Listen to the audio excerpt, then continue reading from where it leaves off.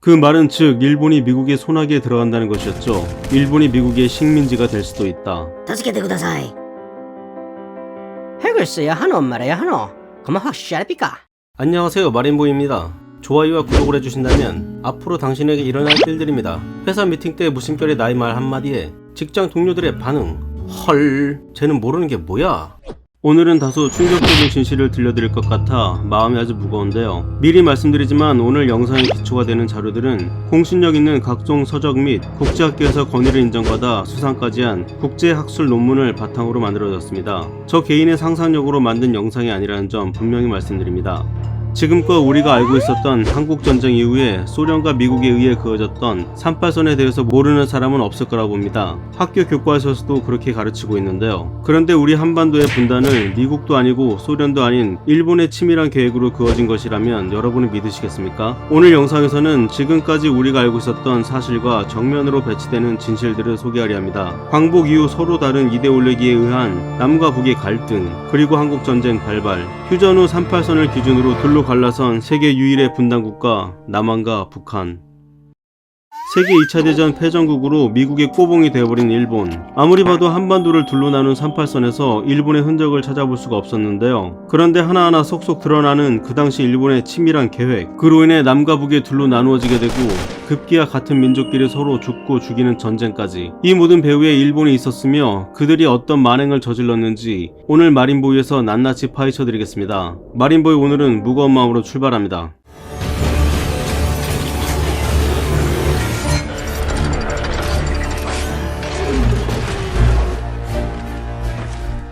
앞서 말씀드렸다시피 오늘은 우리 민족의 분단선 38선에 대한 진실을 말씀드리려 하는데요. 지금까지는 세계 2차 대전의 승전국인 소련과 미국이 서로 간의 타협에 의해 남과 북으로 갈라지게 되었다는 게 정설로 알려져 있습니다. 그런데 남과 북을 둘로 나눈 38선이 한국 전쟁보다도 훨씬 더 예전부터 계획되어진 것이라면 여러분은 믿으시겠습니까? 여기서 일본인이지만 자국 역사의 민낯을 과감히 세계에 알리신 고시로 유키코라는 교수를 소개하겠습니다.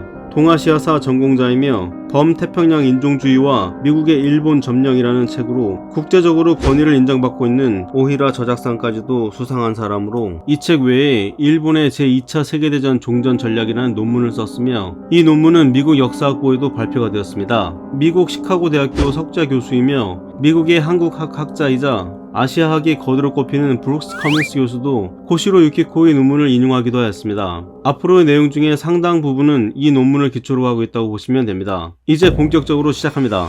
조선을 차지하기 위해 치러졌던 청일전쟁과 러일전쟁 때 처음으로 일본은 한반도의 38선 분할에 대해서 고려하고 있었으나 이 계획은 흐지부지 잊혀지게 되는데요. 그러다 1945년 태평양 전쟁에서 회색이 짙어지고 있던 일본은 또다시 한반도의 38선 분할에 대한 계획을 꺼내들게 됩니다. 그 당시 일본 해군 소장이자 일본 해군성 교육국장이었던 타카키 소키치라는 놈이 있었는데요. 요 그지 같은 인간은 그 당시 일본 해군에서 고위 전략가로 활약하며 전쟁을 일으켰던 독일과 이탈리아, 그리고 자국 일본과 여기에 소련까지 포함시켜 그 당시 영미 동맹을 견제하는 방안을 추진하게 됩니다. 그러나 전세는 미국 쪽으로 급격하게 기울어져 가고 있었고 이쯤부터 다카키 요놈은 일본이 패망할 것을 예측함과 동시에 종전 후 전세계 패권을 미국이 거머쥐게 될 것을 간파하고 있었는데요. 그 말은 즉 일본이 미국의 손아귀에 들어간다는 것이었죠. 일본이 미국의 식민지가 될 수도 있다. 助けてください。 여기서 다카키는 뒤로 몰래 소련과 손을 잡는 계획을 수립하게 됩니다. 이대로 가다가는 올해の日本のアメリカへ점령되고 왔습니다. 早くパリパリ소련에 도움을 요청해야 합니다. 실제로 1945년 3월 13일 본인이 직접 만든 문건인 중간보고 초안에서 일본이 전쟁에서 패한 후 그동안 일본이 누려왔던 모든 기득권을 미국에게 빼앗기는 사항을 방지하고자 그 당시 유일하게 미국을 견제할 수 있었던 소련과 손을 잡아야 한다고 적시하고 있습니다. 이 문건을 자세히 들여다보면 대충 이렇습니다. 일본 홋카이도 북쪽의 남사할린 지역을 미국이 아니라 소련에게 넘기는 대신에 한반도와 대만의 지배권은 유지해달라는 것과 지들이 천황이라고 떠받치는 천황 제도를 계속 유지시켜달라는 것이었고, 마지막으로 일본의 산업력과 경찰 병력도 그대로 유지해달라는 것이었습니다. 여기서 잠깐 다시 짚어보자면 한반도와 대만의 지배권 보장 부분입니다. 상식적으로 보아도 패전한 일본에게 그전에 식민지였던 조선과 대만을 그대로 넘겨준다? 이게 과연 가능할까요? 일본도 바보 등신이 아닌 이상 저 조건이 말도 안 된다는 건 알고 있었을 텐데 왜 저 조건을 내걸었을까? 그렇죠. 당연히 대만과 한반도는 식민지에서 벗어날 것이고 미국은 대만을 먹고 한반도는 소련이 먹고 아니면 대만과 한반도 남쪽은 미국이 먹고 북쪽은 소련이 나누어 먹으라는 일종의 미끼였던 것입니다.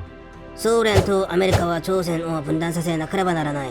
그래야 패전국 일본으로 드리워지는 분단의 위험을 피할 수 있었을 테니 말이죠. 또 다른 한편으로 1945년 5월 무렵 일본의 외상이었던 도고 시게노리는 일본이 점령 중인 사할린 남부와 만주국을 포함하여 쿠릴 열도 일부 할양, 만주국의 모든 철도권 양보, 전략 거점인 리순과 다린 임대, 자국 홋카이도와 혼슈 사이에 군사 유충지인 스가루 해협 개방을 소련에 제시하게 됩니다.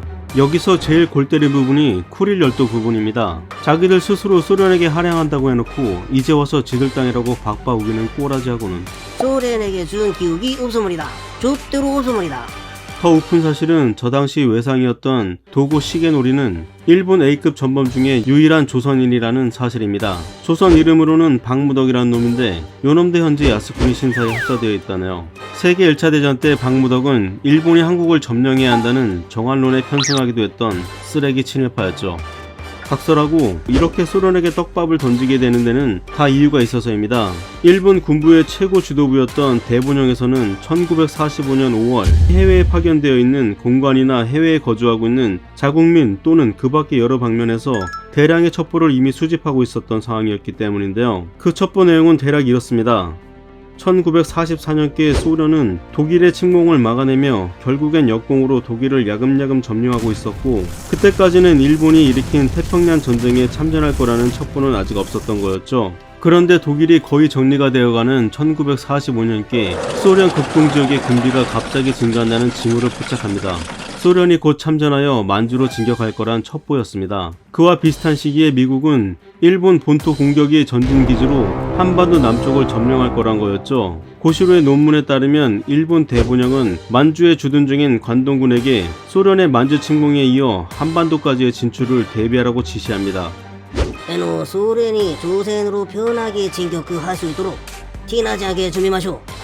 반면 조선에 주둔 중인 사령관에게는 미국의 한반도 상륙을 저지하라는 명령을 내립니다. 절대로 아메리카 군대가 조선에 상륙을 못하게 목숨을 걸고 막아야 합니다. わかりますか? 즉 소련의 진공은 막지 말고 미국의 한반도 진출은 막아라. 뭐 대충 이런 뜻인데요. 그 당시 만주 지역에 주둔 중인 일본군은 약 100만 명이 넘는 대규모 병력이 있음에도 대본영은 이 병력을 소련의 침공 루트로 이동시키지 않았던 것이었습니다. 더욱더 잔인한 사실은 소련에게 의심을 살까봐 만주에 거주하고 있던 일본 자국민 150만 명을 그대로 남겨두었다는 사실입니다. 그런데 그 당시 일본군 최고 지도부 대본영은 소련군을 살짝 얕잡아보는 판단 미스를 합니다. 과거 일본은 소련과의 전쟁을 한번 치러서 이긴 적이 있었기 때문이었죠. 바로 우리가 알고 있는 러일 전쟁 말입니다. 사실 러일 전쟁도 알고 보면 일본은 죽기 살기로 싸웠던 전쟁이었으나 러시아는 그 당시 이런저런 대혁명 운동으로 나라 전체가 혼란기였었기 때문에 일본과의 전쟁에 총력전으로 싸우지 않았던 것인데 일본 요놈들은 서구에 대한 아시아의 최초의 승전이라고 아직도 목에 핏대를 세우며 자뻑에 취해 있긴 하죠. もちろんですよ. 我々がやっぱり주의해서 소련을 확실히 굴러보시겠습니다. 그래야. 그 가면 몽골이 러시아 전체랑 유럽까지 싹 다 조집했던 건 어찌 설명할 건데 야. 그러한 사실은 전쟁 기억이 나질 않습니다. とにかく日本が初めですよ.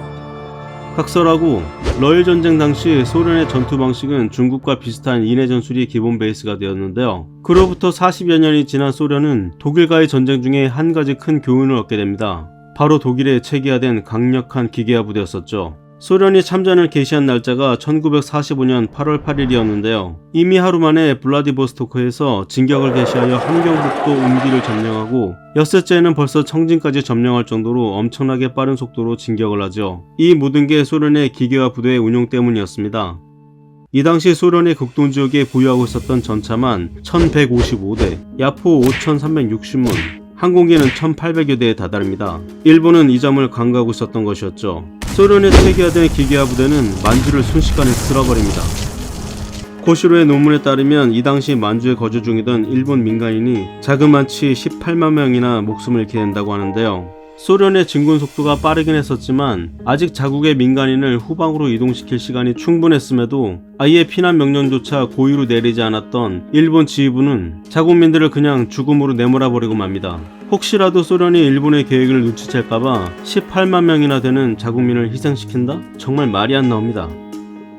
참고로 3년이나 넘게 치러졌던 한국전쟁의 남측 전사자가 16만 명, 이보다도 훨씬 많은 수의 자국민의 목숨을 일본 대본영은 그냥 쓰레기 버리듯 버려버립니다. 그런데 현재 일본 역사 교과서에서는 그 당시 사건을 태평양 전쟁 말기 소련군의 일본 민간인에 대한 잔혹한 만행으로 아이들에게 가르치고 있습니다. 브루스 커밍스 교수도 고시로의 논문을 인용하며 일본이 만주와 조선에서 군대를 철수시키거나 신속하게 항복한 사실을 지적하며 그 당시 일본군이 충분히 방어를 할 수 있었음에도 소련을 한반도로 끌어들이기 위해 벌인 자작극이라고 말하고 있습니다. 고시로의 논문에서도 소련을 끌어들여 동서 냉전 체제를 가속화한 뒤 여기서 어부지리를 취하려는 일본의 항복 전략은 종전 후 그대로 맞아 떨어졌다라고 말합니다. 여기서 잠깐 생각해보면 세계 유명한 석학들은 한반도 분단의 결정적인 배후에 일본 대본영이 있다고 입을 모아 말하고 있는데요. 그런데 정작 피해국인 우리나라의 지식인들은 무엇을 하고 있는지 참 답답하기만 할 뿐입니다. 여기까지 1부를 마무리하고요. 조금 더 열받는 내용은 2부에서 간략하게 정리해서 말씀드리겠습니다.